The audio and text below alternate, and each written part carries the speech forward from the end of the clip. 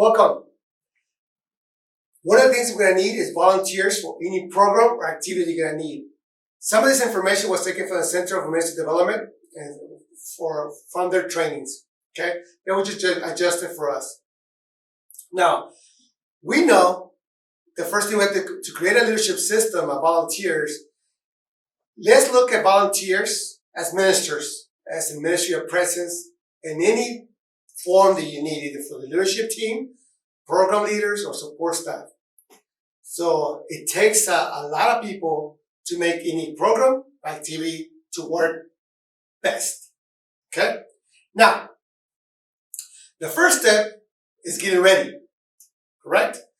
Before asking people to volunteer, we should have a clear idea of what we need the people for. It's not just grabbing people to be there unless it's for the ministry of presence. And even for that, it's just people being there, but they're still ministering in one way or another. And I believe in the ministry of presence of having more adults there, more people, just so they can see what's going on. And afterwards is when we have relational ministry.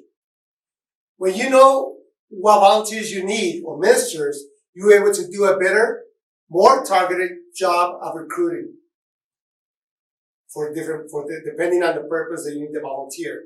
Remember, it is either for a group leader or your leadership team or supporting staff. Every program activity involves a variety of tasks to be done. If we we have to separate all these tasks. We should be able to figure out a variety of different jobs that can be taken on by a variety of different people. Imagine taking a program or activity and separating as much as you possibly can. And then, that's the best way of doing it, and then combining things depending on what you have, okay? For the amount of volunteers that you can actually start with. But literally, the smaller the task of that program is for that volunteer or that minister, then more likely you're going to get a yes to get those people to help. The first step. What are the tasks involved in running a spaghetti dinner for a parish community? A sample. Okay? Now, I'm not going to go through the whole thing, but just a sample. But think about it like this for every program, every activity you're going to do. I was going to do a DCYC, but I think spaghetti dinner is something that we usually don't talk about. Here we go. Some of the tasks. You're going to need an overall coordinator. That's probably your group leader. Publicity. Secure date and place. Ticket sales. Creating tickets. Food buyers, etc. Cleanup, decorating, the cooks, the table cleaners, the greeters. Everything that takes you to do this. Even the thank you notes. Those are a lot of tasks. They still can be divided even more, but let's just stay with those. Okay? That's a very large description. Most people say, okay, who's going to be in charge of the spaghetti dinner? Who's going to cook it? Who's going to clean up? Well, that's just not enough. Okay? The more, the better. Let's look at these roles.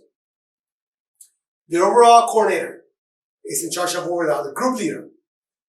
Now, can you have a group leader for donations? Sure, you can. Or that's just supporting staff. Or you say, where do you put that out? Okay? But the thing is, no matter what you do, make sure that you have every detail. The more detailed you are, the better it is. Now, with that in mind, think about this for your volunteers. Okay? They want to know what their job description. What is it they're supposed to be doing? The only way to know is to give them a job description. The task to be performed. Okay? At one point, let me give you a short story. I had a person that their job was to make coffee for the people that are serving at a retreat. His job was just to make the coffee. That means the coffee never ran out. And that was his ministry. Now, he hung around to the whole retreat, but his job was to make coffee. Did I make him a job description for the coffee? Yes. Make sure that you have coffee at all times. Okay? That was it. He knew how to make the coffee.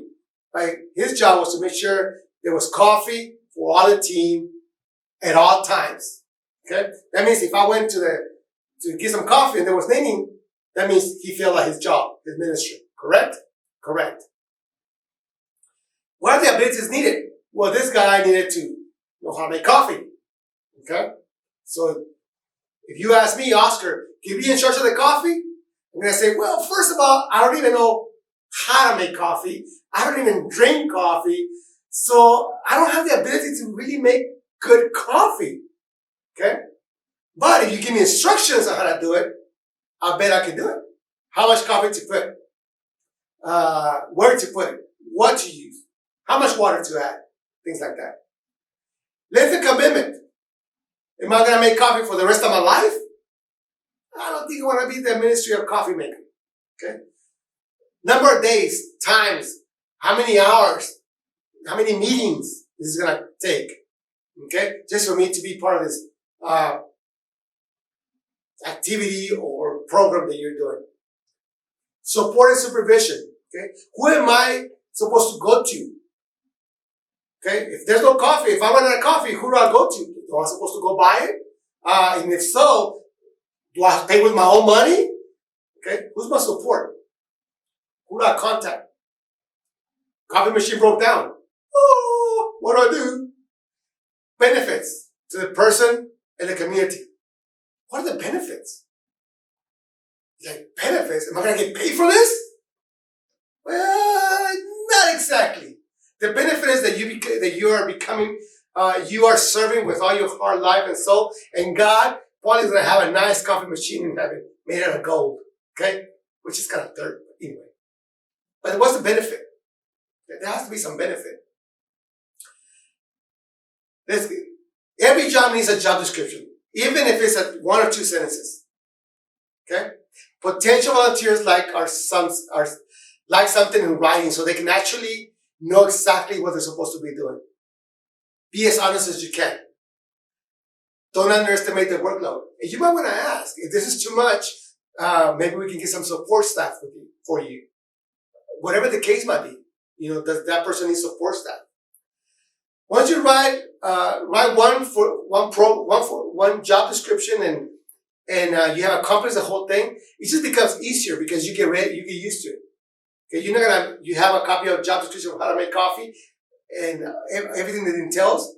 Well, next time that you need another person, you say, hey, this is the job description. Would you like to help us do a coffee for the retreat or for the rest of your life?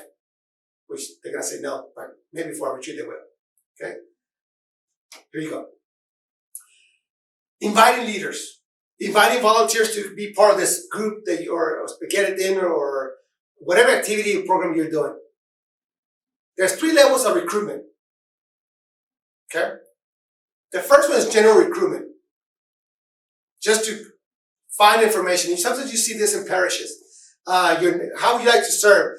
Volunteer. Your time that you can volunteer. Just general information. Okay? I know that one of the things that is asked is like, if we need somebody to give people a ride to the DCYC, do you have a vehicle that can hold more than 2 people? Okay. Well, no, I just have a Corvette, so I cannot be a volunteer to drive people to the DCYC. It's me and somebody else, and actually it's one adult and 1 minor cannot go in a Corvette. So really, you're looking for people that have a large vehicle. Okay. Think about that. A survey that deals with information in order for them to serve. Just a basic information. Then you can give them a call. Hey, I noticed that you have a 50-passenger van, a brand new one. Do you think you can help us move teams from point A to point B? Things like that. A specific recruitment. That's when you advertise, hey, I need someone to do this specific job. Almost like a want ad. Okay? In the newsletter, bulletin, anywhere that you can to ask for this specific recruitment. I'm looking for somebody to input data into the computer of all the information from other teams, things like that. Target recruitment, personal invitation to an individual to help with specific programs. Now, I believe that even target recruitment is the number one, even to get somebody to make the coffee, okay? Or clean the tables, if it's a spaghetti dinner, whatever it is, target recruitment is a lot better. Why would I say that? Because If we look at the cultural diversity of who we are, the different cultures, there are people that I would say, cultures that I would say they do not like to toot their own horn. So they can be gifted, but they will never volunteer because in their culture, they're not going to say, hey, look at me, I can do this, this, and this. I have these qualifications and they're not going to do that. But if you ask, I know the gifts you have, do you mind helping in this area? Then they'll say yes. But they will never say, me, you want my resume? With all my abilities? They're not going to do that.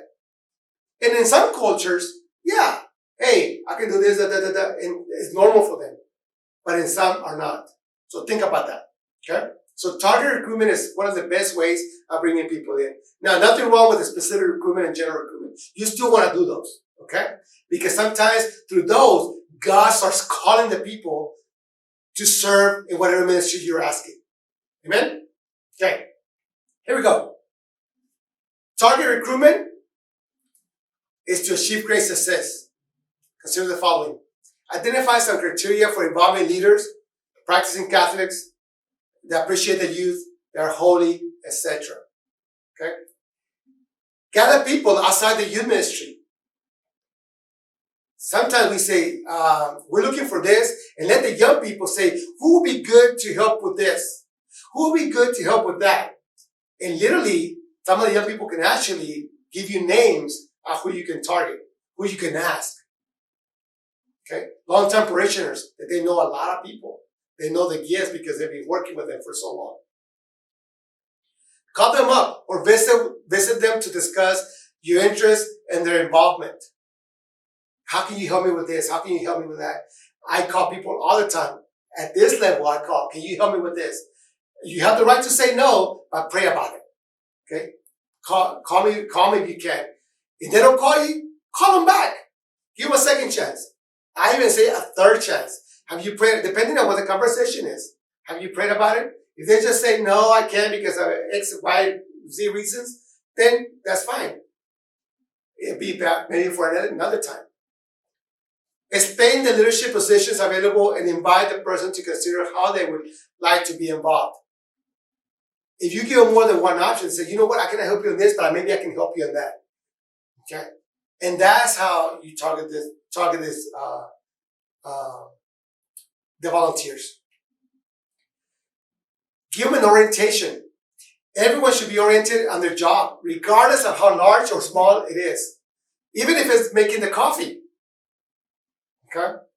Make sure that you orient them on what you're expecting.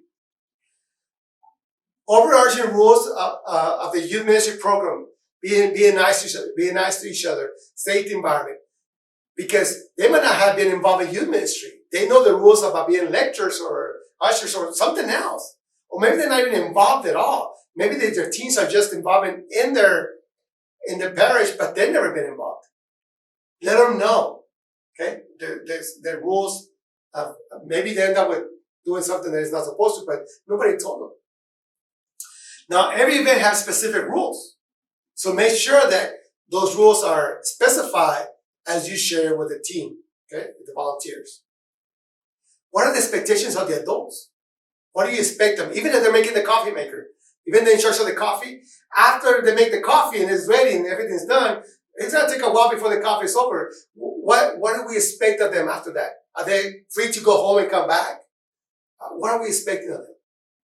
Any information needed, phone numbers, times, places, all the information has to be gathered. Okay? And they have to know all this. Information to do their job well. Background information, traditions, etc. Okay?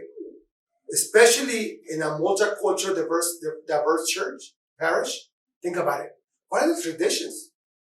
If you're doing a Dia de los Muertos celebration, now that's very cultural, diverse, very culture specific. So what are the traditions? Because you don't want somebody from a different culture coming in and they see skulls and an altar with people that have passed away, and you have skeletons and skulls and painted in beautiful colors, flowers everywhere, food on the table. You're like, why do we have this? Okay, traditions. Orient them. I thought I was just gonna do the coffee, but this looks kind of weird. I've never been to a place like this. And then they get all panicky. Okay, you just make the coffee. Okay. There are many options for training your volunteers.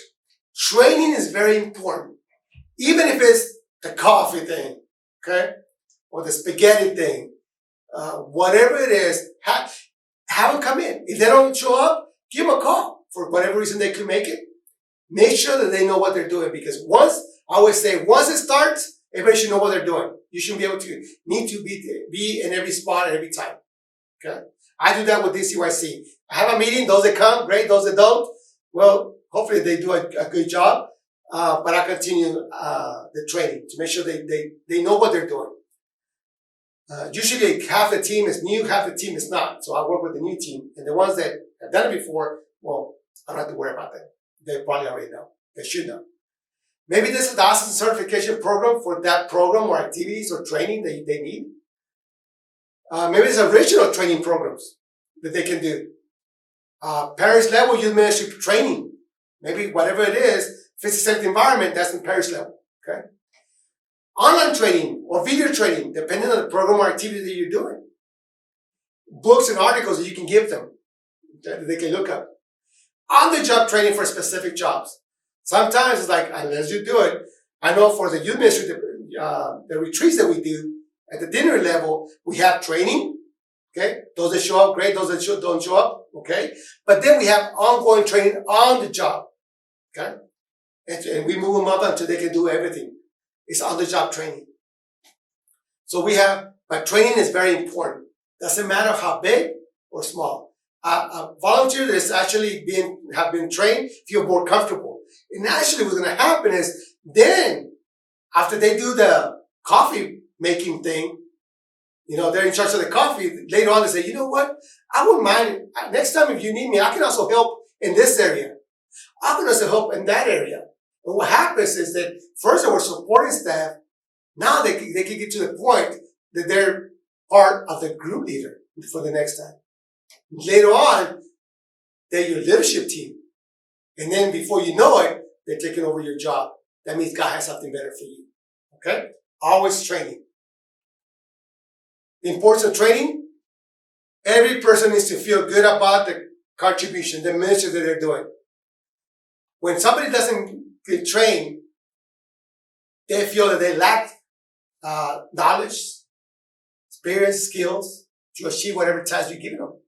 I know if you would have called me to do the coffee, I'd be like, I don't know if I can do that without training. Can you show me where to get this done? Most volunteers lack particular information that would make their job easier. Don't be afraid to tell people what to do and how to do it. If you're the group leader, you have to tell people what to do and how to do it. Because if they do something differently, whose fault is it? It's yours. Not theirs, but yours. Now, can you give them slack on how to get there? In some job descriptions, yes. I want you to go from A to B. Period. I don't care how you get there, but A to B. Okay? Things like that. If you lack the information to tell people, what they might need to know, be sure to acknowledge that support them in their efforts to figure it out on their own. I tell the young people that work in my office, you know what? I don't have time to teach you everything, but Google it. And if you cannot find the answer, let's see, then I can help you. But I don't have time to tell you how to do some things. But Google it. Figure it out. Now, not every person can do that, but be honest. Okay, I don't have the time, but see if you can figure it out. Okay? You don't know how to make the coffee? I can tell you. Try to figure it out. Can you ask me somebody? Because I really don't have time to train you how to make coffee. Because I don't know how to make coffee. Duh! But let me see if we can find you somebody who knows how to make coffee so you can make the coffee. Okay? There's the importance of training.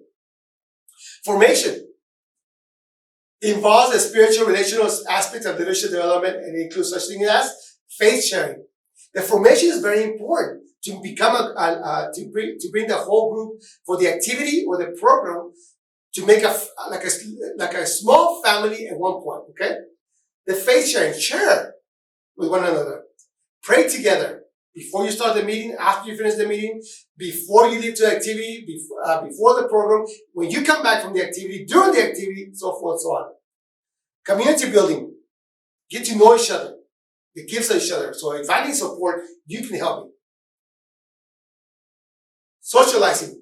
Just getting to know each other. Sharing stories about experiences with youth. Sharing stories of how you make the best coffee. Okay? Well, have you seen someone how they made the best coffee? It's like, oh, I'm not going to try that. I'm not going to use this kind of coffee. Let's use this kind of coffee. Now I have to grind it myself, but it's better coffee. Okay? Never mind, it's not on a budget. Okay, let's go get the cheap coffee. Okay, just put the packet in. Things like that.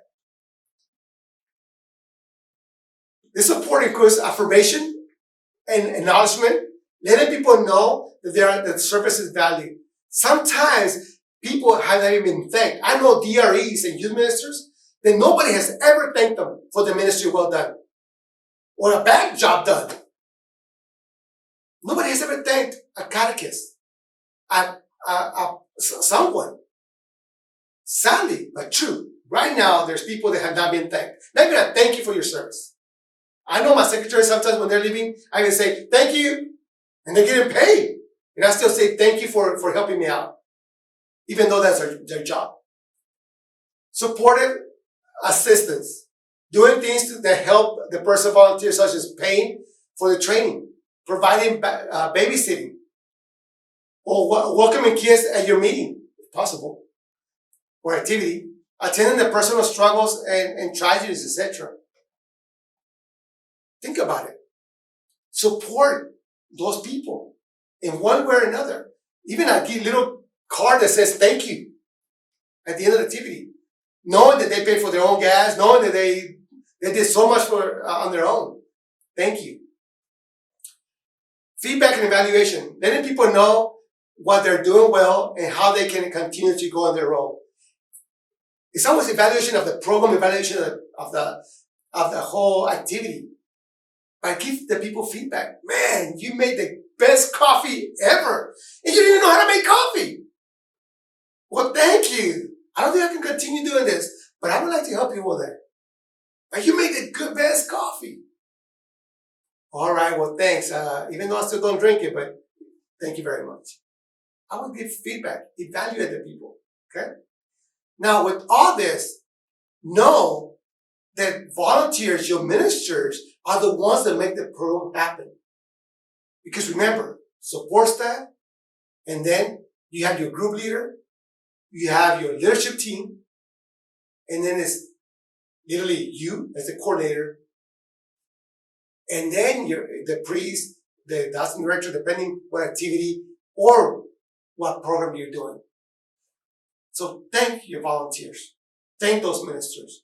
Even as I pass by, say thank you.